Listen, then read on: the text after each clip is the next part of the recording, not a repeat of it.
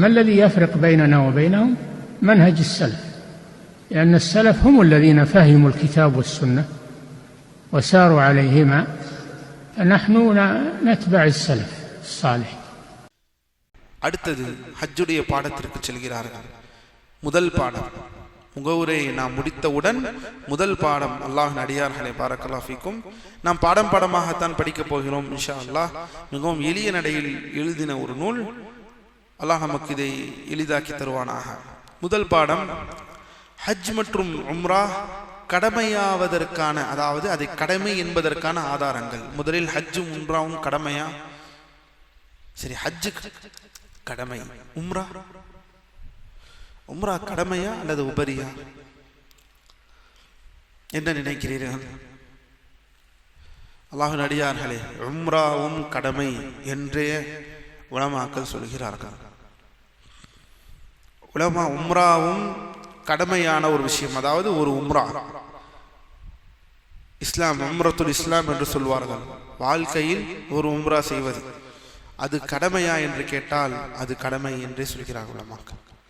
எப்படி ஹஜ்ஜு கடமையோ அதே போல் வாழ்க்கையில் ஒரு உம்ரா கடமை என்றே உலமாக்களுடைய கூற்று. அதற்கு ஆதாரங்கள் பின்னால் வருகிறது. முதலில் ஹஜ்ஜை பார்ப்போம். மேற்கண்ட விஷயங்கள் அறியப்பட்டவுடன் அறிந்து கொள்ளுங்கள். அதாவது மேலே நாம் முகவுரையை முன்னுரையை பார்த்ததை நீங்கள் தெரிந்து கொண்டீர்கள், சத்தியத்தை அறியவும் அதை பின்பற்றவும் எனக்கும் உங்களுக்கும் அல்லாஹ் அருள் புரிவானாக என்று சொல்லி ஆரம்பம் செய்கிறார்கள் ஷேக் அவர்கள்.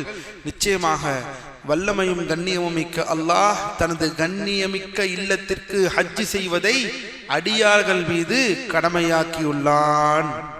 ஹஜ் கடமை அல்லாஹ்வின் அடியார்களே, நன்றாக கவனித்துக் கொள்ளுங்கள். ஹஜ்ஜி ஏதோ இன்று சொல்லிவிடுவார்கள், பணம் இருப்பவர்களிடம்தான். ஆம், மனிஸ்ததா இலைஹி சபீலா, பணம் இருப்பவர்கள் தான். ஆனால் இங்கு பணம் வைத்துக் கொள்பவர்கள் ஹஜ்ஜி செய்யாமல் இருக்கிறார்களே. அவ்வளவு பணம் இருக்கிறது, லட்ச லட்சமாக வைத்திருக்கிறார்கள், கோடி கோடியாக வைத்திருக்கிறார்கள். ஆனால் அல்லாஹ் அந்த ஹஜ்ஜி செய்யக்கூடிய பாக்கியத்தை எத்தனை பேருக்கு தராமல் இருக்கிறான் என்பதை நம் கண்ணால் பார்க்கிறோம். எனவே அல்லாஹ்வின் அடியார்களை நாம் இதை முந்திக் கொள்ள வேண்டும். அதை ஷேக் அவர்கள் பேசுவார்கள். இப்னு பாஸ் ரஹிமஹுல்லாஹ், அல்லாஹ் தனது கண்ணியமிக்க இல்லத்திற்கு ஹஜ்ஜி செய்வதை அடியார்கள் மீது கடமையாக்கியுள்ளான். அதனை இஸ்லாத்தின் தூண்களில் ஒன்றாகவும் ஆக்கியுள்ளான். இதற்கு என்ன ஆதாரம்? ஹஜ்ஜி கடமை என்பதற்கு அல்லாஹ்வுடைய வசனம். அல்லாஹ்வின் சூரத்துல் ஆல இம்ரானிலே 97வது வசனத்தில் அல்லாஹ் கூறுகிறான், வலில்லாஹி அலன் நாஸி ஹஜ்ஜுல் பைத்தி மன் இஸ்ததா இலைஹி சபீலா. அல்லாஹ் தன் திருமறையிலே சொல்கிறான், அந்த இல்லத்திற்கு சென்று வர சக்தி பெற்ற மனிதர்கள். அது எந்த சந்தேகமும் இல்லை. ஹஜ்ஜை பொறுத்தவரை சக்தி பெற்றிருக்க வேண்டும், ஆற்றல் பெற்றிருக்க வேண்டும். என்ன ஆற்றல்? இரண்டு ஆற்றலை அவர் அணிந்திருக்க வேண்டும். ஒன்று உடல் ஆற்றல், உடல் ரீதியாக அவர் ஆற்றல் பெற்றிருக்க வேண்டும். ஏனெனில் அது ஒரு பயணம், இரண்டாவது ஆற்றல் பொருளாதார ஆற்றல். இந்த இரண்டும் ஒருவரிடம் இருக்கும் எனில் அவர் மீது கடமை. அதனால்தான் அல்லாஹ் சொல்லும் பொழுதே இதில் அந்த நிபந்தனையோடு தான் சொல்கிறான். ஆற்றல் இருப்பவர்களுக்கு ஹஜ்ஜு கடமை. இரண்டு ஆற்றல், உடல் ரீதியான ஆற்றல், பொருளாதார ரீதியான ஆற்றல். அது எல்லாவற்றையும் நீங்கள் உங்களிடம் வரக்கூடிய கேள்விகள் அனைத்திற்கும் பின்னால் ஷேக் அவர்களே தொடர்ந்து இந்த வகுப்புகளில், நம்முடைய இந்த 2 வார வகுப்புகளில் அல்லாஹ் நாடினால் இதை ஷேக் அவர்களே ஒவ்வொருவாக பின்னால் தெளிவுபடுத்தி கொண்டே வருவார்கள். இந்த வசனத்தை ஆதாரமாக சொல்கிறார், வலில்லாஹி அலன் நாஸி ஹஜ்ஜுல் பைத்தி மன் இஸ்ததா இலைஹி சபீலா வமன் கஃபர ஃபஇன்னல்லாஹ கனியுன் அனில் ஆலமீன். யார் அல்லாஹ் இதனை இந்த ஹஜ்ஜை நிராகரிக்கிறார்களோ நிச்சயமாக அல்லாஹ் அகிலத்தாரை விட்டும் தேவையற்றவன் என்று அல்லாஹ் சொல்கிறான். மேலும் சஹீஹ் புகாரி சஹீஹ் முஸ்லிமிலே பதிவு செய்யப்பட்ட ஹதீஸை பாருங்கள். புனியல் இஸ்லாம் வலா ஹம்ஸ், இந்த இஸ்லாம் 5 மீது கட்டப்பட்டுள்ளது. அந்த 5 தூண்களில் ஒன்றுதான் என்ன? ஷஹாதத்து அல்லா இலாஹ இல்லல்லாஹ் வ அன்ன முஹம்மது ரசூலுல்லாஹ் வ இகாமஸ் ஸலாஹ் வ ஈதாஉஸ் ஸகாஹ் வ ஸௌமு ரமதான் வ ஹஜ்ஜு பைத்தில்லாஹில் ஹராம். 5வது ஹஜ்ஜு பைத்தில்லாஹி அல் ஹராம். மேலும் அல்லாஹ்வின் அடியார்களே, சயீத் இப்னு மன்சூர் ரஹிமஹுல்லாஹ் அவர்கள் தனது சுனன் அதாவது ஹதீஸ் கலை அறிஞர் அவர்கள் தன் சுனன் என்ற நூலிலே உமர் இப்னுல் கத்தாப் ரலியல்லாஹு அன்ஹு அவர்கள் கூறியதாக அறிவிக்கிறார்கள். கவனியுங்கள், உமர் யார் அவர்கள்? அல்லாஹ் தூதரின் கலீஃபா உமர் அவர்கள் கூறியதாக அறிவிக்கிறார்கள். சயீத் இப்னு மன்சூர், வசதி இருந்தும் பொருளாதார வசதி இருந்தும் ஹஜ் செய்யாதவர்களை கண்டறிந்து அவர்களுக்கு நான் ஜிஸ்யா வரியை விதிப்பதற்காக சில மனிதர்களை இந்த நகரங்களுக்கு அனுப்ப நான் எண்ணினேன். அவர்கள் முஸ்லிம்கள் அல்ல, அவர்கள் முஸ்லிம்கள் அல்ல. உமர் ரலியல்லாஹு அன்ஹு, வசதி இருந்தும் ஹஜ் செய்யாதவர்களை நான் கண்டறிந்து அவர்களுக்கும் அந்த அல்லாஹ் உங்களுக்கு பொருளாதாரத்தை கொடுத்துமா நீங்கள் அவர்களிடம் நீங்கள் அல்லாஹ்வுக்காக நீங்கள் ஹஜ் செய்யாமல் இருக்கிறீர்கள், உங்களுக்கு காஃபிர்களிடம் நாம் வாங்கக்கூடிய அந்த ஜிஸ்யா வரியை உங்கள் மீது நான் கட்டுகிறேன், உங்கள் மீது அந்த வரியை நான் விதிக்கிறேன், நீங்கள் அந்த காசை கட்டுங்கள், அவர்கள் முஸ்லிம்கள் அல்ல, அவர்கள் முஸ்லிம்கள் அல்ல என்று உமர் ரலியல்லாஹு அன்ஹு அவர்கள் சொல்கிறார்கள் என்று ஷேக் இப்னு பாஸ் நூலில் இந்த இடத்திலே பதிவு செய்கிறார்கள். பாருங்கள், உமர் இப்னு கத்தாப் ரலியல்லாஹு அன்ஹு ஹஜ் செய்யாதவர்களை என்னவென்று சொல்கிறார்கள்? அவர்கள் முஸ்லிம்கள். 2 முறை அவர்கள் முஸ்லிம்கள் அல்ல, முஸ்லிம்கள் அல்ல. யார்? இந்த பொருளாதார வசதியை பெற்றவர்கள், இந்த ஆற்றலை பெற்றவர்கள், பெற்றிருந்தும் லா இலாஹ இல்லல்லாஹ் செய்வதற்கு அவர்களுக்கு மனமில்லை. உண்மையிலேயே அல்லாஹ்வுடைய தௌஃபீக் வேண்டும், அல்லாஹ்வுடைய ஈடேற்றம் வேண்டும். எத்துணை பேர் இதெல்லாம் இல்லாமல் அல்லாஹ் நாடினால் அல்லாஹ் அந்த ஹஜ்ஜை செய்வதற்கான ஆற்றலை அல்லாஹ் வழங்குகிறான். அல்லாஹ் நமக்கு நேர்வழியை செலுத்த வேண்டும். அல்லாஹ்வின் அடியார்களே, வசதி இருந்தும் ஹஜ் செய்யாதவர்களை கண்டறிந்து அவர்களுக்கு வரி விதிப்பதற்கு, ஜிஸ்யாவை விதிப்பதற்கு சில மனிதர்களை இந்த நகரங்களுக்கு நான் அனுப்ப எண்ணினேன், அவர்கள் முஸ்லிம்கள் அல்ல, முஸ்லிம்கள் அல்ல என்று சொல்கிறார்கள். அதே போல பாருங்கள், அலி ரலியல்லாஹு அன்ஹு அவர்கள் கூறுவதாக அறிவிக்கப்பட்டுள்ளது, யார் ஹஜ் செய்ய சக்தி பெற்றிருந்தும் அதை விட்டு விடுகிறாரோ அவர் ஒரு யூதராகவோ அல்லது ஒரு கிறிஸ்தவராகவோ மரணிப்பதில் எந்த வித்தியாசமும் இல்லை. அலி ரலியல்லாஹு அன்ஹு எப்படி சஹாபாக்கள், ஹுலஃபா ராஷிதீன்கள் எப்படி ஹஜ்ஜை பார்க்கிறார்கள் என்பதை நீங்கள் புரிந்து கொள்ள வேண்டும். ஏதோ நினைத்துக் கொண்டிருக்கிறார்கள், காசு இருந்தும் சரி, ஹஜ்ஜு என்பது மார்க்கத்தில் உடனடியாக கடமையா? அதாவது காசு வந்து விட்டது, கடமை ஒரு 10 வருடம் கழித்து செய்து கொள்ளலாம், அல்லது ஃபௌரன் அல் ஹஜ்ஜு வாஜிபு அலல் ஃபௌர், உடனடியாக ஹக்கிலே கடமையாகி விடுமா? எப்போது அந்த பொருளாதாரம் அவரிடம் சேருகிறதோ அப்போதே கடமையாகி விடுமா ஹஜ்? அதை பின்னால் பார்ப்போம், பின்னால் வருகிறது அந்த சட்டம். ஹஜ் செய்ய சக்தி பெற்றிருந்தும் இதுவரை ஹஜ் செய்யாதவர் அதை நிறைவேற்ற விரைவது கடமையாகும். ஷேக் சொல்கிறார்கள், இப்னு பாஸ் ரஹிமஹுல்லாஹ், ஹஜ் செய்ய சக்தி பெற்றிருந்தும் இதுவரை அந்த ஹஜ்ஜை செய்யாதவர்கள் நிறைவேற்றுவது அவர் கடமையாகும். ஏனெனில் இப்னு அப்பாஸ் அவர்கள் அறிவிக்கும் ஹதீஸில் நபி அவர்கள் கூறுகிறார்கள், தஅஜ்ஜலூ இலல் ஹஜ், ஹஜ்ஜிற்கு விரைந்து செல்லுங்கள். அல்லாஹ்வின் தூதர் ஸல்லல்லாஹு அலைஹி வஸல்லம் ஹஜ்ஜை விரைவுபடுத்துங்கள். அதாவது கடமையான ஹஜ்ஜிற்கு நீங்கள் என்ன செய்யுங்கள்? விரைவுபடுத்துங்கள். ஏனெனில் உங்களுக்கு எவருக்கும் தனக்கு எதிர்காலத்தில் என்ன நேரிடும் என்பது தெரியாது. சுப்ஹானல்லாஹ். அபூதாவுதிலே பதிவு செய்யப்பட்ட ஹதீஸ். அல்லாஹ்வின் தூதர் ஸல்லல்லாஹு அலைஹி வஸல்லம் அவர்கள் சொல்கிறார்கள், இப்னு அப்பாஸ் ரலியல்லாஹு அன்ஹு அறிவிக்கிறார்கள், அல்லாஹ்வின் அடியார்களே பாருங்கள், ஹஜ்ஜை விரைவுபடுத்துங்கள். ஏனெனில் ஃபஇன்ன அஹதகும் லா யத்ரி மா யஅரிது லஹு, உங்களுக்கு பின்னால் எதிர்காலத்தில் என்ன ஆகும் என்பது உங்களுக்கு தெரியாது. இன்று உயிருடன் இருப்போம் அல்லாஹ்வின் அடியார்களே, நாளை நம்ம இல்லை. இன்று அல்லாஹ் அந்த திரகாத்திரத்தை கொடுத்திருக்கிறான், ஆனால் நாளை இருப்போமா என்று தெரியவில்லை. பணம் இருக்கிறதா, ஆற்றல் இருக்கிறதா, செய்யுங்கள், கடமை போய் செய்யுங்கள். எந்த குடும்பத்துடைய மற்ற செயல்களுக்காக அதை தள்ளி வைக்க வேண்டாம். அது தனிப்பட்ட வணக்க வழிபாடு, இபாதத். அல்லாஹ் உங்களுடைய சக்தியில் உங்களுக்கு அந்த பொருளாதாரத்தை வழங்கிவிட்டார் என்றால் அதை நீங்கள் விரைவுபடுத்துங்கள். அதுதான் நாம் இந்த பாடங்களில் நாம் புரிந்து கொள்ள வேண்டுவது. அல்லாஹ்வின் தூதர் சொல்கிறார்கள், தஅஜ்ஜலூ இலல் ஹஜ், ஹஜ்ஜை விரைவுபடுத்துங்கள். யாருக்கு? பொருளாதாரமும் அந்த ஆற்றலும் உடையவர்கள், அவர்கள் விரைவுபடுத்தித்தான் ஆக வேண்டும். மேலும் பாருங்கள், ஏனெனில் ஹஜ் செய்ய சக்தி பெற்றவர் மீது அதனை தாமதமின்றி உடனே நிறைவேற்றுவது கடமையாகும். இதுதான். உடனே நிறைவேற்றுவது கடமையா? ஆம், உடனே நிறைவேற்றுவதுதான் கடமை.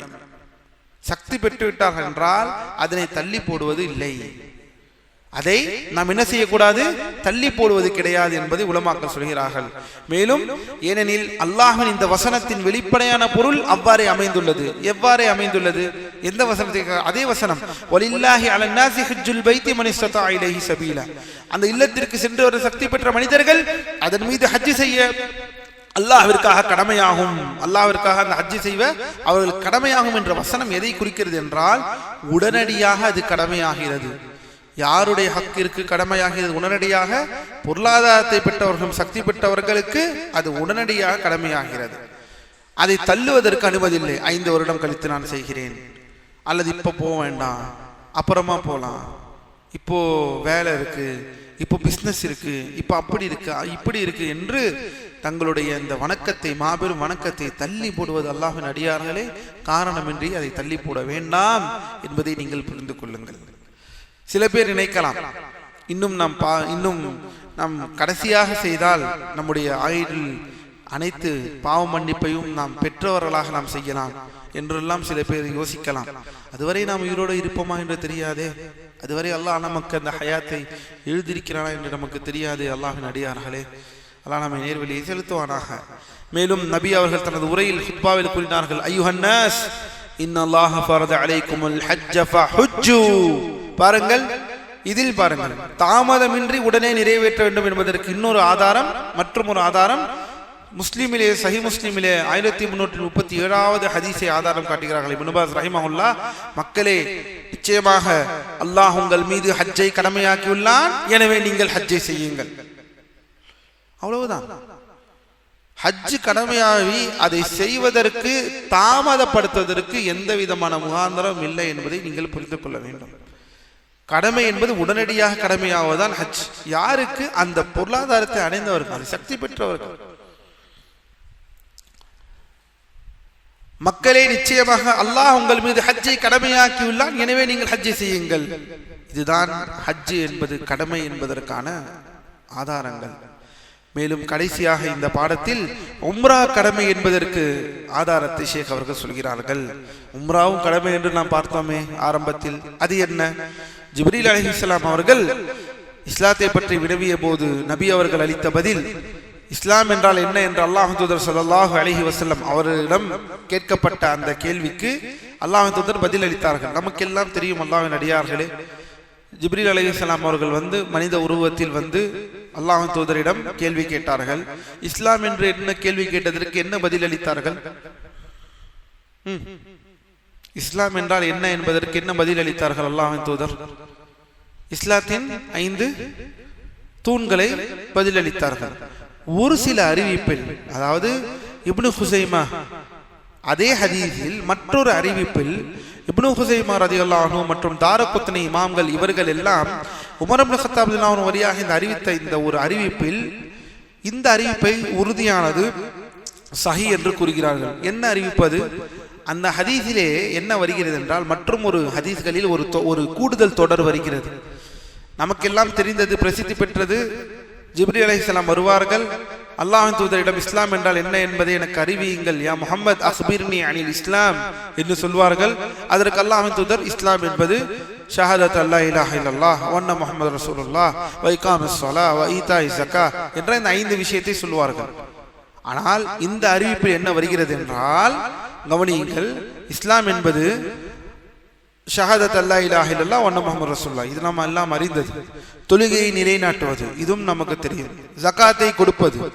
அடுத்தது பாருங்கள், காபா இல்லத்திற்கு ஹஜ் மற்றும் உம்ரா செய்வது. இந்த அறிவிப்பை வந்திருக்கிறது. இப்ப ஜிப்ரீல் அலைஹிஸ்ஸலாம் கேட்ட கேள்விக்கு அல்லாஹ் தூதர் இப்படி பதில் அளித்தார்கள் என்று ஒரு அறிவிப்பு வருகிறது. இந்த அறிவிப்பு சஹீஹ் என்றும் சொல்கிறார்கள் உலமாக்கள். அதுதான் இங்கே கவனிக்க வேண்டியவை. என்ன அறிவிப்பது? ஹஜ் மற்றும் உம்ரா செய்வது என்று வந்திருக்கிறது. உம்ராவையும் சேர்த்து. அது மட்டுமா? ஜனாபத்தில் இருந்து குளிப்பதும் இஸ்லாம், அதுவும் ஒன்று சொல்கிறார்கள். உடலுறவு கொண்டதற்கு பிறகு நாம் குளிப்பதும் இஸ்லாம், உதுவை முழுமையாக செய்வதும் இஸ்லாம், ரமதான் நோன்பு நோற்பதும் இஸ்லாம் என்று இந்த கூடுதலான உம்ரா செய்வது, ஜனாபத்திலிருந்து குளிப்பது, உது செய்வது போன்ற இந்த கூடுதலான விஷயங்கள் இந்த அறிவிப்பில் வந்திருக்கிறது. நமக்கெல்லாம் தெரிந்த அந்த 5 தூண்களில் அல்லாத ஹஜ்ஜோடு சேர்த்து உம்ரா என்ற ஒரு செயலும் கடமை என்பதற்கு இது ஆதாரம். எப்படி ஜனாபத்திலிருந்து குளிப்பது கடமை. எனவே அல்லாஹ்வின் அடியார்களே, பாரக்கல்லாஹு ஃபீக்கும், இதை நாம் புரிந்து கொள்ள வேண்டும். உம்ரா கடமை என்பதற்கு இதை ஆதாரமாக உலமாக்கள் சொல்கிறார்கள். இன்னொரு ஹதீஸை பாருங்கள், மற்றும் ஒரு ஹதீஸ், இதுவும் உம்ரா கடமை என்பதற்கு நேரடி ஆதாரம். ஆயிஷா ரலியல்லாஹு அன்ஹா அவர்கள் அறிவிக்கிறார்கள், யா ரசூலல்லாஹ், ஹல் அல நிசாஇ மின் ஜிஹாத். ஹதீஸிலே வருகிறது, ஆயிஷா ரலியல்லாஹு அன்ஹா கேட்கிறார்கள், அல்லாஹ்வின் தூதரே, பெண்கள் மீது ஜிஹாத் உண்டா என்று, பெண்கள் மீது ஜிஹாத் இருக்கிறதா என்று கேட்டேன், சன்மார்க்க போர் புரிவது கேட்டேன். அதற்கு அல்லாஹ் தூதர் சொன்னார்கள், ஆம், அவர்களுக்கு போர் இல்லாத ஒரு ஜிஹாத் உண்டு. என்ன? அதுதான் ஹஜ் மற்றும் உம்ரா என்று பதிலளித்தார்கள். அல் ஹஜ் வல் உம்ரா. இது எதை காட்டுகிறது? ஜிஹாத் என்பது கடமை, ஆட்சியாளர் கீழ் சன்மார்க்க போர் புரிவது கடமை. அப்படி ஒரு அறிவிப்பு செய்யப்படும் பொழுது முஸ்லிம் நாடுகளில் இப்போது நடந்து கொண்டிருக்கிறது அல்லவா, இப்படி அறிவிக்கும் பொழுது ஒரு ஆட்சியாளர் தலைவர் சொல்கிறார் என்றால் அதற்கு முஸ்லிம்கள் செவிசாய்த்து அதை செய்வது அவர்களுக்கு கடமை. பெண்களுக்கு இது இருக்கிறதா? பெண்களுக்கு இருக்கிறது, ஆனால் போர் இல்லாத ஒன்று இருக்கிறது. என்ன? அல் ஹஜ் வல் உம்ரா. அப்படி என்றால் ஹஜ்ஜை எதோடு சேர்க்கிறார்கள்? உம்ராவை எதோடு சேர்க்கிறார்கள்? ஹஜ்ஜுடன் சேர்க்கிறார்கள் ஸல்லல்லாஹு அலைஹி வஸல்லம். இதனை இமாம் அஹ்மத் மற்றும் இப்னு மாஜா ஆகியோரும் பதிவு செய்திருக்கிறார்கள். இன்னொரு ஹதீஸையும் குறிப்பிடுகிறார்கள், அல் ஹஜ்ஜு மர்ரா. மேலும் அல்ஹம்துலில்லாஹ், இதோடு அல்லாஹ்வின் அடியார்களே, இதோடு இந்த உம்ரா கடமை என்பதற்கு ஆதாரம் நிறைவு பெற்றது. கடைசியாக இப்னு பாஸ் ரஹிமஹுல்லாஹ் சொல்கிறார்கள், எத்தனை ஹஜ்ஜி கடமை?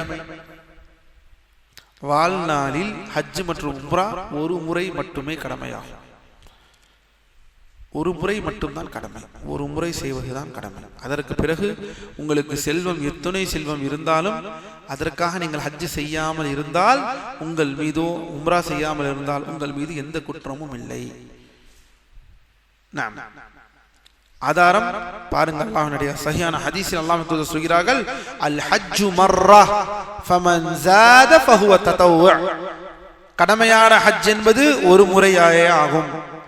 அதற்கு மேல் யாராவது அதிகரித்தால் அது உபரியான வணக்கமாகும், அது உபரியான செயலாகும், சுன்னத்தான செயலாகும். மேலும் உபரியான ஹஜ் மற்றும் உம்ராக்களை அதிகமாக செய்வது வரவேற்கத்தக்கதா? உபரியான ஹஜ் மற்றும் உம்ராக்களை செய்வது வரவேற்கத்தக்கதா? வரவேற்கத்தக்கது. அல்லாஹ்வின் அடியார்களே, இப்னு பாஸ் ரஹிமஹுல்லாஹ் அதை சொல்கிறார்கள். உபரியான வணக்க வழிபாடுகள் மாபெரும் செயல்கள்.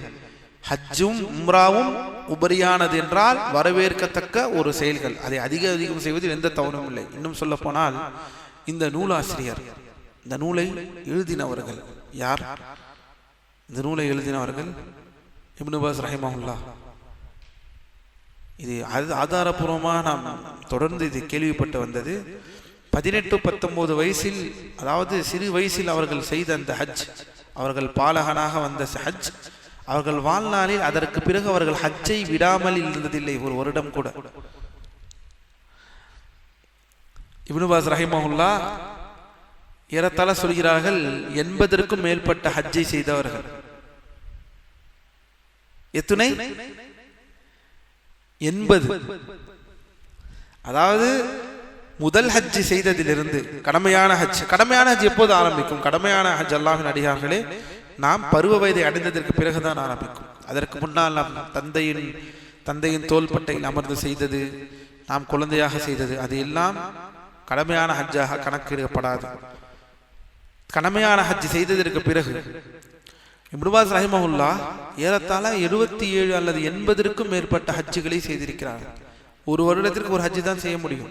ஒரு வருடத்தில் 5-10 ஹஜ் எல்லாம் செய்ய முடியாது. ஆனால் 77 ஹஜ் செய்கிறார் என்றால் அவர்கள் எந்த வருடம் ஹஜ்ஜை விடவில்லை என்றே வருகிறது.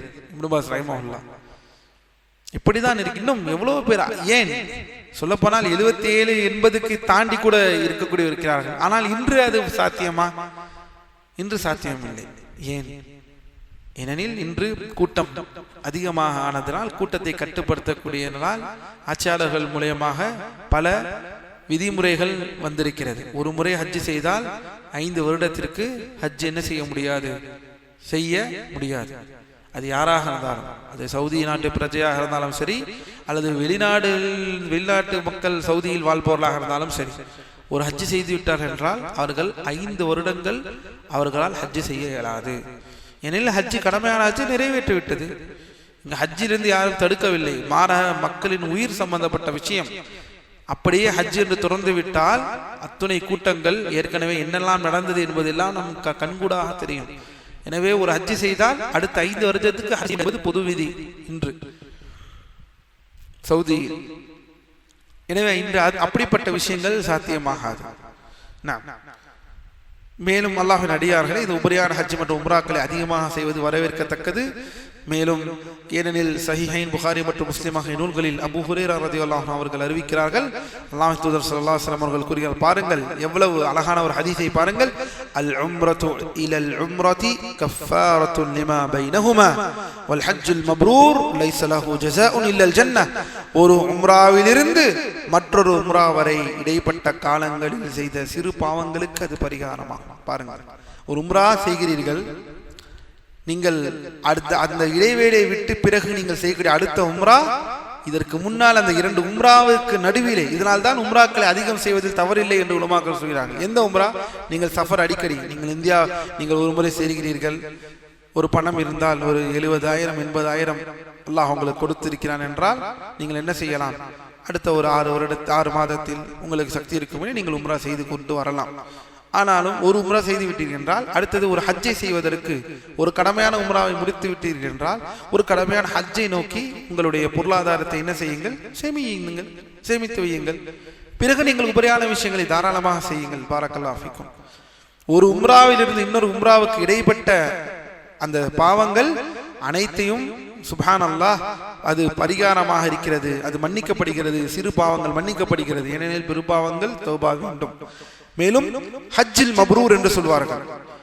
பொதுவாகவே ஒரு ஹஜ் செய்கிறார் என்றால் அவருக்கு செய்ய வேண்டிய முதல் துவா என்னவென்றால், நீங்கள் செய்யக்கூடிய ஹஜ்ஜை அல்லாஹ் ஹஜ்ஜுல் மப்ரூராக ஆக்கட்டும். அது என்ன ஹஜ்ஜுல் மப்ரூர்? ஹஜ்ஜுல் மப்ரூர் என்றால் அல்லாஹ்வின் அடியார்களே, பாரக்கல்லாஹ், ஒப்புக்கொள்ளப்பட்ட ஏற்றுக்கொள்ளப்பட்ட ஹஜ்ஜாக ஆக்கட்டும் என்று அல்லாஹ் தூதர் ஸல்லல்லாஹு அலைஹி வஸல்லம் அவர்கள் சொல்கிறார்கள். இந்த ஹஜ்ஜுல் மப்ரூருக்கு என்ன, ஒருவருடைய ஏற்றுக்கொள்ளப்பட்ட ஹஜ்ஜிற்கு என்ன வெகுமதி தெரியுமா? சுவனத்தை தவிர வேறு எதுவும் இல்லை. ஒரு ஏற்றுக்கொள்ளப்பட்ட ஹஜ்ஜுல் மப்ரூருக்கான அந்த நற்கூலி சுவனத்தை தவிர வேறு எதுவும் இல்லை. சுவனம் தான் அவருக்கு. எனவே அல்ஹம்துலில்லாஹ், அல்லாஹ்வின் அடியார்களே, இதோடு இந்த 2வது பாடமும் முடிவடைகிறது.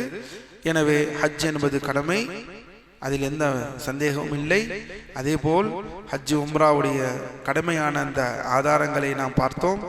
மேலும் பாரக்கல்லாஹு ஃபீக்கும், இந்த விஷயங்களை நாம் தெளிவாக பார்த்திருக்கிறோம். அல்லாஹ் நமக்கு நேர்வழியை செலுத்துவானாக. அல்லாஹ் நாடினால் அடுத்தடுத்த வகுப்புகளை பிஇذنில்லாஹ் அடுத்த வாரம் இன்ஷா அல்லாஹ் திங்கட்கிழமையிலிருந்து நாம் தொடர்ந்து பார்ப்போம். அடுத்த வாரம் மிக முக்கியமான திங்கட்கிழமை நாம் பார்க்கக்கூடிய பாடம் பாவங்களிலிருந்து தௌபா, பாவ மன்னிப்பு தேடுவதும் அநீதிகளிலிருந்து விடுபடுவதும் கடமையாகும். யார் ஒருவர் உம்ரா செய்ய ஹஜ்ஜு செய்ய நாடுகிறாரோ அவர் பாவங்களிலிருந்தும் அநீதிகளிலிருந்தும் அவர் விடுபட்டு இருக்க வேண்டும். அது மாபெரும் கடமை என்பதை தெளிவாக விளக்குகிறார்கள் ஒவ்வொன்றாக. அதை அல்லாஹ் நாடினால் நாம் அடுத்த வார திங்கட்கிழமையில் பார்ப்போம். அல்லாஹ்வின் அடியார்களே, பள்ளியில் கல்வியை படிக்க ஓடோடி வாருங்கள், கல்வியை படிக்க ஆர்வம் செலுத்துங்கள். இதை நீங்கள் படிப்பதின் மூலமாக கூட அல்லாஹ் உங்களுக்கு அந்த ஹஜ்ஜின் மீது உங்கள் மீது உள்ள அந்த பற்றுதல், அதன் மீது அந்த நேசம், அல்லாஹ் உங்களுக்கு இந்த ஹஜ்ஜை செய்வதற்கு அல்லாஹ் உங்களுக்கு விரைவுபடுத்தி தருவானாக. நம் அனைவருக்கும் அந்த வாய்ப்பை வழங்கி அருள் புரிவானாக. வகூலு கௌலி ஹாதா வஸ்தக்ஃபிருல்லாஹி லி வலக்கும் ولجميع المسلمين من كل ذنب سبحانك اللهم وبحمدك أشهد أن لا إله إلا أنت أستغفرك وأتوب إليك. السلام عليكم ورحمة الله وبركاته. بيننا وبينكم السلف، بيننا وبينكم الكتب. كان أحمد يقول البدع بيننا وبينكم الجنائز.